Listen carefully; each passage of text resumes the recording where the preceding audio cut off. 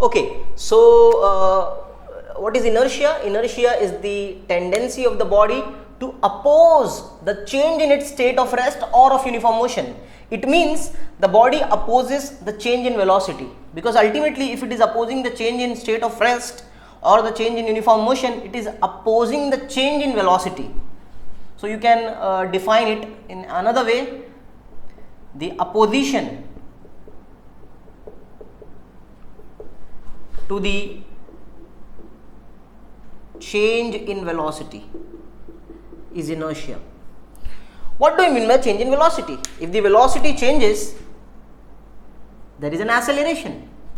There will be an acceleration. So ultimately, what is inertia? It is the opposition to acceleration. And if there is an acceleration, there will be a force according to Newton's second law, F equals ma. So if the body is opposing if the body is opposing acceleration, it means it is opposing force. So ultimately, the ultimate meaning of inertia is the opposition to force.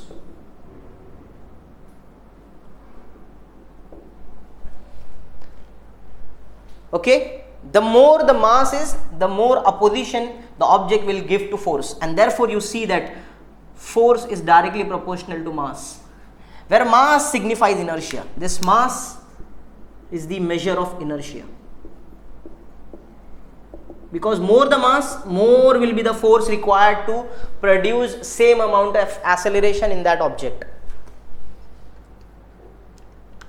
Okay, so inertia is basically defined in these four ways. Whatever way you can define it, whatever you like it. Now, what do you mean by moment of inertia? So moment of inertia is basically the opposition not to force but to torque. Moment of inertia is the opposition offered to rotation. It is the opposition offered to the torque applied on the body. When a torque is applied on the body resists that application of torque, and that is called as moment of inertia. It is denoted by I, and it is the rotational analog of mass. In the place of mass, we use I. M is used in translational motion, in linear motion, where you have this type of equation, F is equal to ma, and tau is used in rotational motion. When you have a rotational motion, you use tau. There we use I. So the relation, the rotational analog of force is torque, the rotational analog of mass is moment of inertia, and the rotational analog of linear acceleration is angular acceleration, as we have studied in the previous lectures. Okay? Okay, so moment of inertia is defined as the opposition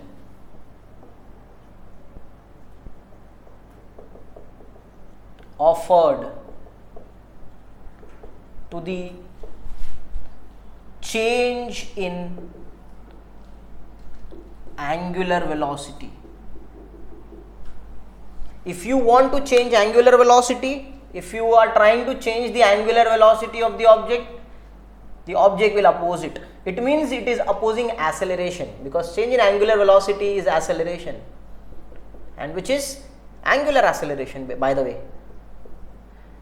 And change in angular means angular acceleration. Whenever angular acceleration is present, it means torque is present. So moment of inertia is defined as the opposition offered to the torque applied on the body, and the relation which we use in the place of F is equal to ma is tau equals I alpha.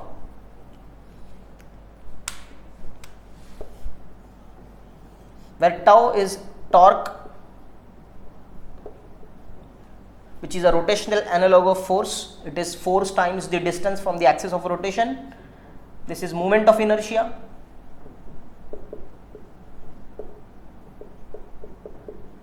And this quantity is angular acceleration.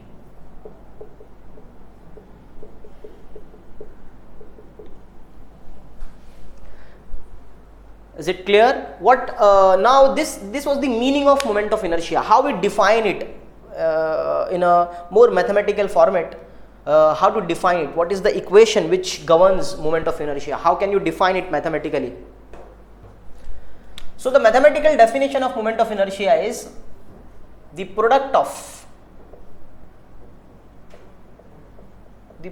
of mass and the square of the distance from axis of rotation.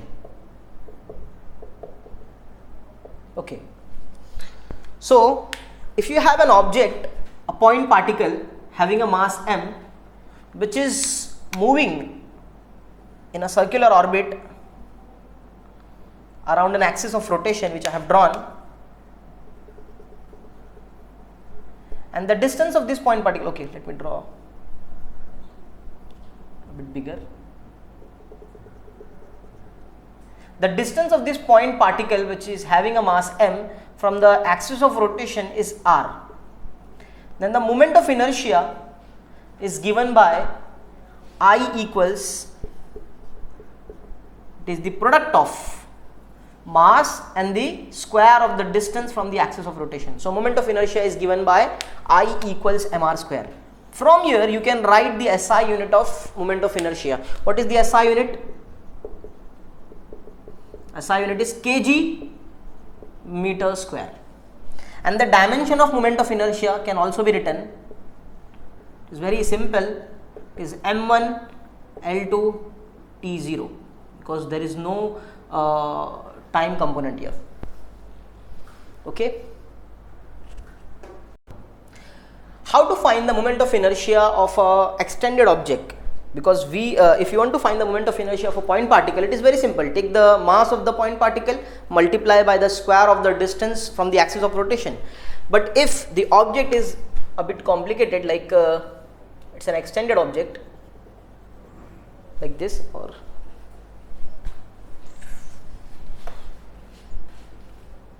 this is the object.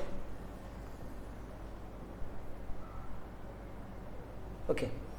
And the axis of rotation is here.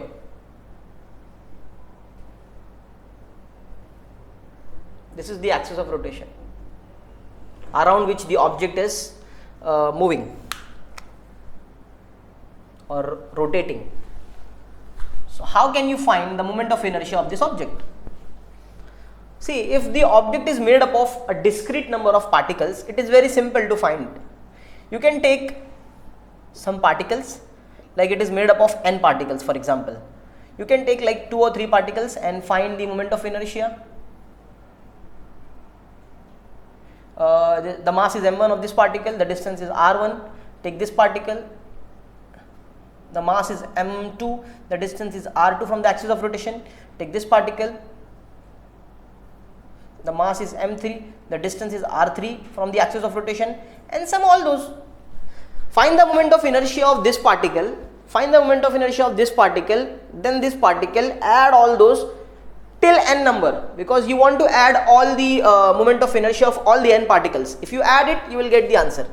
It is very simple. So the moment of inertia of the entire object, entire body, is given by the moment of inertia of the first particle plus the moment of inertia of the second particle plus the moment of inertia of the third particle, continue till n particles. Because the body is a discrete system, it is made up of n number of particles. So what I am finding is moment of inertia for a discrete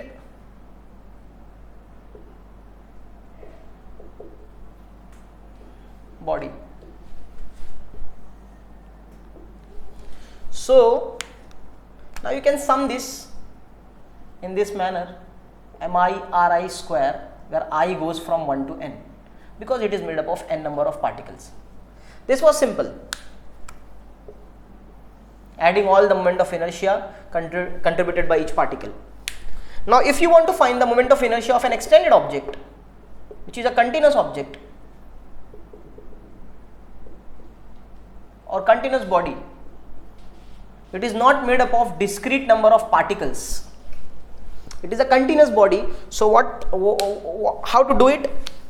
For example, this is your body which is continuous. This is your axis of rotation. So consider a point P which is having a mass dm, a differential mass dm, which is situated at a distance of r from the axis of rotation.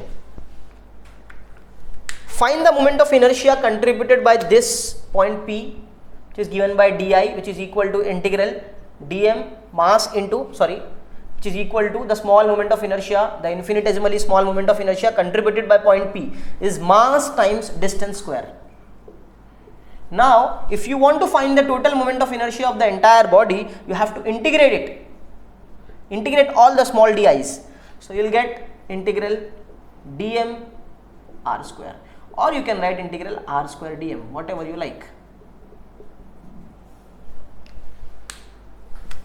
So, in this way you can find the moment of inertia for discrete body, for a continuous body. For discrete body, it is I equals summation from 1 to n mi ri square, and for a continuous body I equals integral r square dm.